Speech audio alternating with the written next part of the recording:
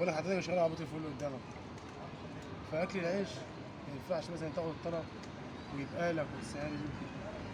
الجماعه هنا واخدين مني طلبات معدين 1000 جنيه، وكل ما اجي احاسبهم يقول لي يبقى لك، لا اما مفيش، لا اما كده، واجي مثلا اخر عنهم بالطلب يجي يزعقوا لي في مكاني ومش عارف انا اعمل ايه. انا جاي اكل عيش. مين اللي اخذ منك وما حاسبكش؟ الاستاذ احمد والرجاله اللي معاه. اسلام، ومن ده لاحمد ومحمود بسرعه. السلام عليكم. عليكم السلام. خير يا سيد الناس. خير ان شاء الله يا رجاله. انتوا خليتوا فيها سيد الناس.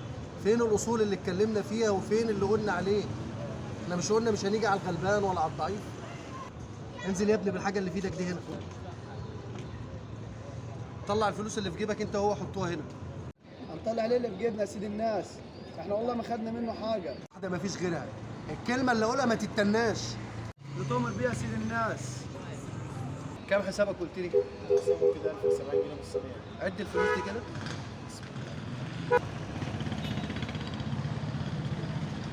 حلال عليك. بس انا حسابي مش كده. حلال عليك. الكلمه اللي اقولها ما تتنهاش. شيل حاجتك والاكل ده تاكله تطلعه لزبون تاني. لما يجولك على اكل قول لهم يجوني، ما تطلعوا لهمش حاجه تاني من غير حساب. اللي يبص لك بصه ما تعجبكش تجيني. مش هيسيبوني في حاجه. ما حدش يقدر يكلمك طول ما انا لسه عايش على وش الارض. يلا اتفضل. اتفضل. السلام عليكم. عليكم السلام. كلمه واحده يا رجاله، اللي فيكم هعرف ان هو افترى على حد، جار على حد، جه على حق حد عشان بيتدارى فيا، اقسم بالله هعلقه على باب المحل. الفلوس اللي اتاخدت منكم دي يا رجاله ادبا ليكم عشان ما تفتروش على حد تاني.